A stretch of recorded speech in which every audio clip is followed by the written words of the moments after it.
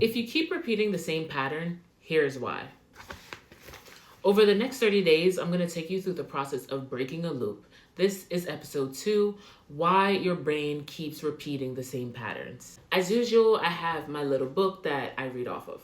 Your brain can't tell the difference from what's real and from what's not. So that's why what happened in the past can still affect you almost 20 years later. When you encounter an event that resembles a past traumatic event or past traumatic events, you react the same way you may have reacted before unless you recognize that your trauma reflexes even exist. So take for an example I literally always use, a narcissistic father and standing up for yourself. So if you stood up for yourself as a child, and every time you stood up for yourself, your father punished you, then over time, your nervous system is being trained and conditioned to believe safety equates to shrinking and silencing myself, and standing up for myself equates to punishment.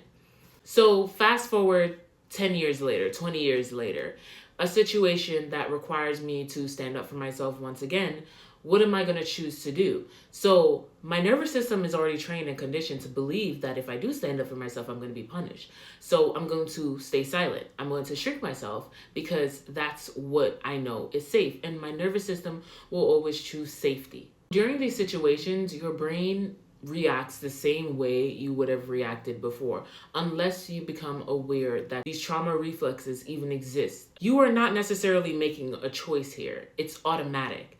But when you do recognize that it is automatic, you can start to make choices based off of the present moment and not based off of a past event. So that was episode 2. Thank you so much for listening. As always, I hope this resonates. Follow along for the rest of the series and episode 3 tomorrow. Mwah, mwah, mwah, mwah.